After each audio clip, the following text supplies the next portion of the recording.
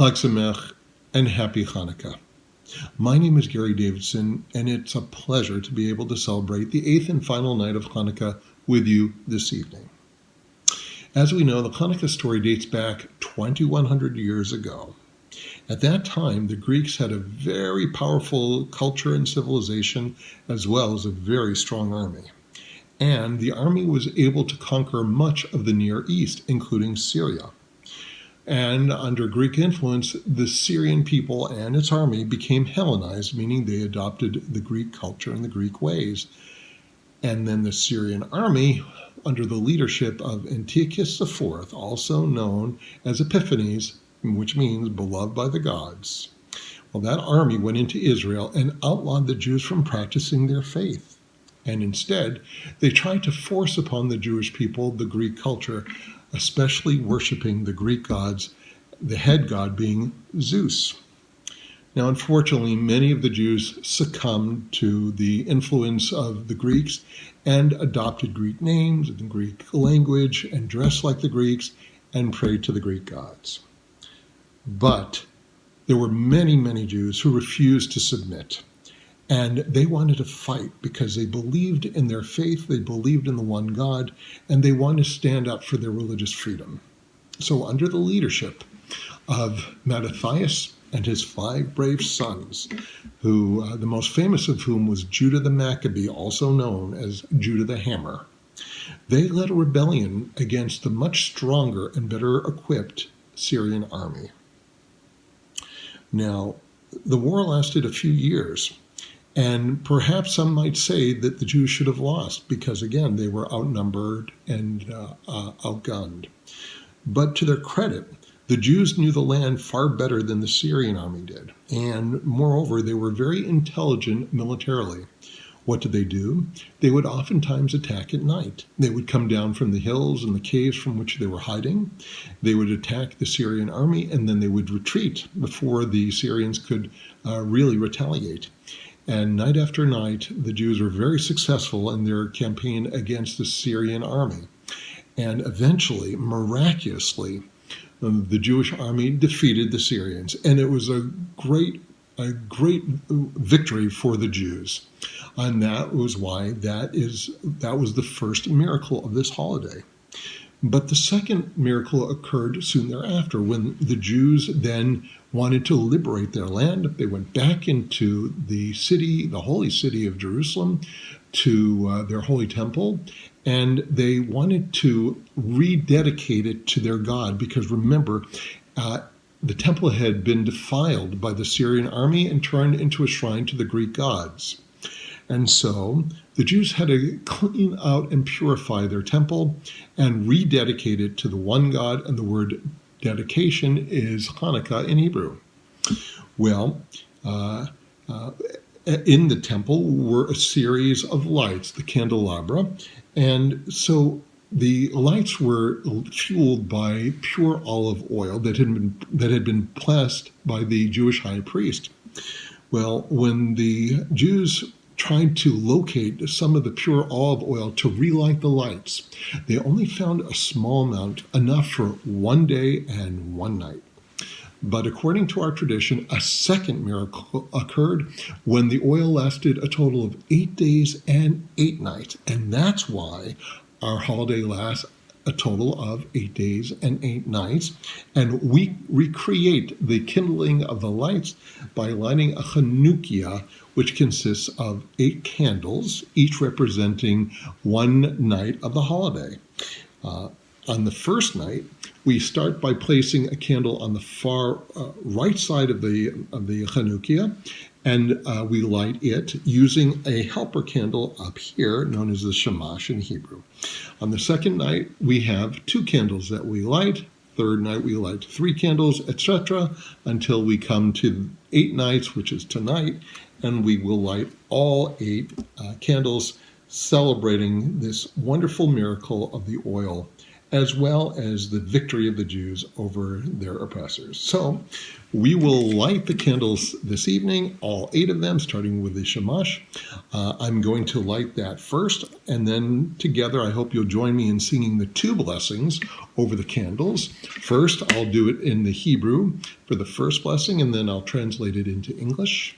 And then I'll continue with the singing of the second blessing in Hebrew, and then I'll translate it into English as well. And then I will use my shamash to light all of the candles of this Hanukkah, starting with the 8th candle, which is the white candle over here, and then I will light all the other lights going back to the very first candle.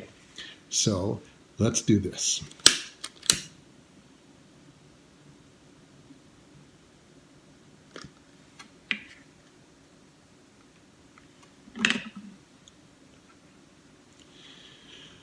Baruch atah Adonai Eloheinu melech haolam, asher kidshanu b'mitzvotav v'tzivanu lehadlik ner shel Hanukkah. Blessed are you, Lord our God, King of the universe, who commands us to kindle the Hanukkah lights. Baruch atah Adonai Eloheinu melech haolam, she'asa nisim lavoteinu bayamim hahem bazman hazeh. Blessed are you, Lord our God, King of the universe, who made miracles for our ancestors long ago at this time.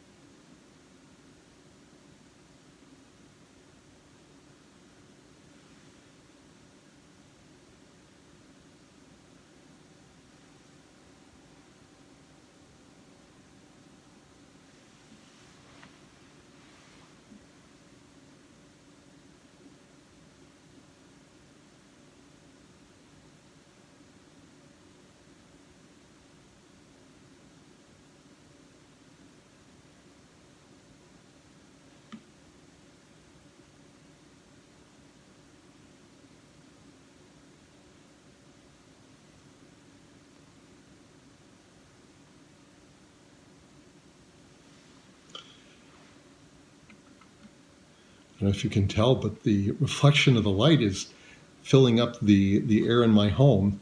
The space is holy space. It's a space of miracles, just as it is for all of us who celebrate this holiday. I hope you'll now join me with the singing of a couple of Hanukkah songs. The first song I'd like to sing is I Made a Little Dreidel. Now, you may see me turn my eyes to the side because I have my laptop next to me so that I have the words there just in case I need them. But please join me first in singing I Have a Little Dreidel. I have a little dreidel, I made it out of clay, and when it's dry and ready, then dreidel I shall play. Oh, dreidel, dreidel, dreidel, I made it out of clay, and when it's dry and ready, then dreidel I shall play. It has a lovely body with legs so short and thin, and when my dreidel's tired, it drops and then I spin. Oh, dreidel, dreidel, dreidel, I made it out of clay, and when it's dry and ready, then dreidel I shall play. My dreidel's always playful, it loves to dance and spin. A happy game of dreidel, come play, now let's begin. Oh, dreidel, dreidel, dreidel, I made it out of clay, and when it's dry and ready, then dreidel I shall play.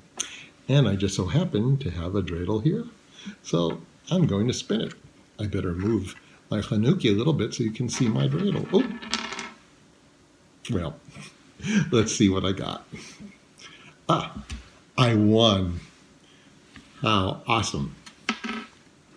Okay, now we're going to sing one other song for Hanukkah. It happens to be my favorite Hanukkah song, Ma'otzor, which talks about God as being like a rock and a savior, always solid, always there for us, always loving and caring, always someone we can depend on.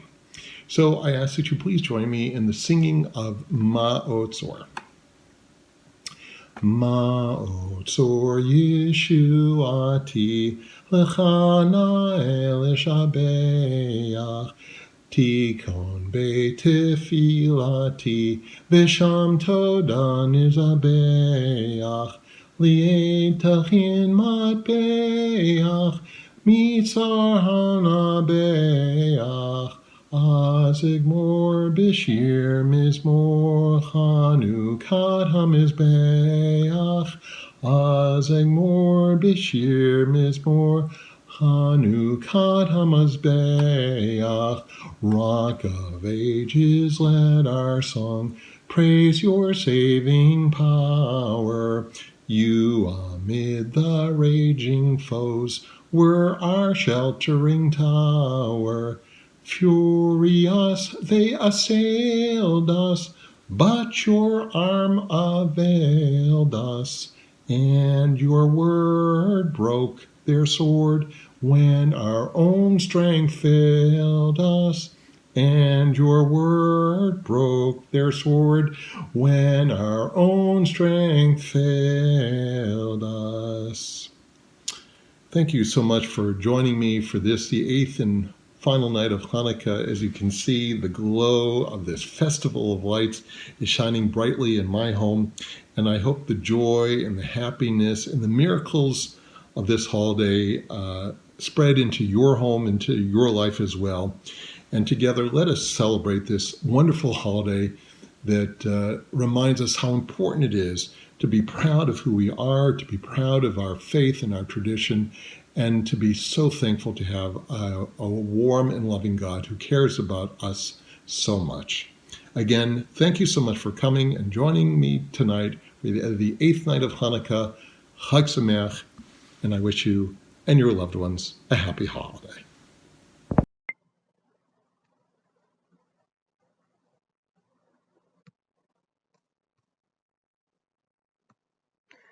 After lighting the Hanukkah candles, it's customary to sing a piyut, or liturgical poem, called Hanerot Halalu.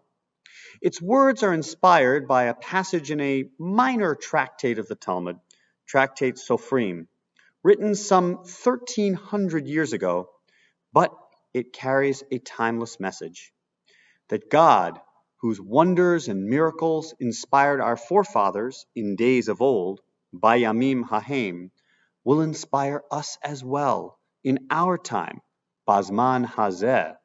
The classic melody for this song that we'll sing here was composed by the Chazan Avram Tzvi Davidovich. Hanerot halalu anu madlikin, hanerot halalu anu madlikin, al hanisim ve'al haniflaot ve'al hateshuot ve'al hamilchamot she'asita la'avotenu bayamim hahem bazman hazeh Bayamim hahem bazman hazeh hanerot halalu anu madlikin hanerot halalu anu madlikin al hanisim ve'al haniflaot ve'al hateshuot ve'al hamilchamot she'asita la'avotenu Bayamim hahem bazman hazeh Bayamim hahem bazman hazeh. Hi, my name is Chaplain Raphael Berdugo. I'm currently stationed at Joint Base McGuire-Dix Lakehurst in New Jersey, where I serve as the Deputy Joint Base Senior Chaplain. I'm now going to go over some of the Sephardic customs for Hanukkah. But before I do that, I want to share with you that in Morocco, which is where I'm from, so I'm going to start with Moroccan custom, they had their own Hanukkah miracle in the 1800s. The story is told about a wicked, cruel king who hated the Jews of his kingdom and sought for ways to torment them. One year, when the month of Kislev came and the Jews were eagerly preparing for the holiday, and the Shamash, or the Gabbai, or sexton of the synagogue, was also busy polishing the big, beautiful, ornate copper menorah of the synagogue. As the Jews were coming into the synagogue to celebrate the first night of Hanukkah, they suddenly heard through the windows the voices of the king's heralds announcing that by order of the king, it was forbidden for the Jews to light the menorah, and that the synagogue would be locked up. Upon hearing the edict, the Jews' joy turned to mourning as they each headed home. The king posted guards by the synagogue with strict orders not to allow anyone to light the menorah. To everyone's amazement, a tremendous light issued forth from the dark synagogue, the light of the menorah. A tremendous panic fell upon the guards. They hurried to the king and swore before him that they watched very carefully and let no one sneak in. But the king was furious and had them executed for failing to follow his orders. He sent a second group of soldiers to make sure that it wouldn't happen again on the second night. But to everyone's amazement, the same thing happened again. A beautiful light emanated from the synagogue, from the menorah being lit. The furious king once again had them executed and replaced them with a bigger team of guards. But the same thing happened again on the third night, the fourth night, the sixth night, and the seventh night. On the eighth night, a tremendous light shone forth from all 8 candles being lit. When all of a sudden, as the guards were pondering how could this happen, the synagogue door opened and a little scrawny lad stepped out with faltering steps. It was the son of the shamash, of the gabbai of the shul. The guards pounced on him and brought him to the king and said triumphantly, "We caught him!" The king stared at the scrawny lad and asked him, "Did you not hear about my edict forbidding the menorah to be lit? How dare you disobey my command? We cannot celebrate in darkness," whimpered the lad. "Hanukkah is sad without candles and without light. Every year we light the menorah, and the synagogue is full of light and joy. And Father tells us stories of the miracles and wonders." "Well, how did you get in?" barked the king.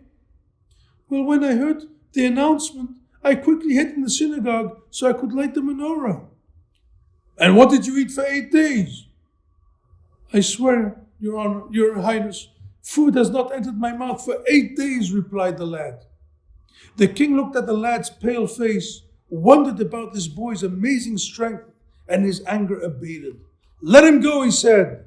And from that day on, he allowed the Jews of Morocco to light the menorah with light and joy. Every year, the copper menorah was adorned with expensive lights to celebrate the double miracle.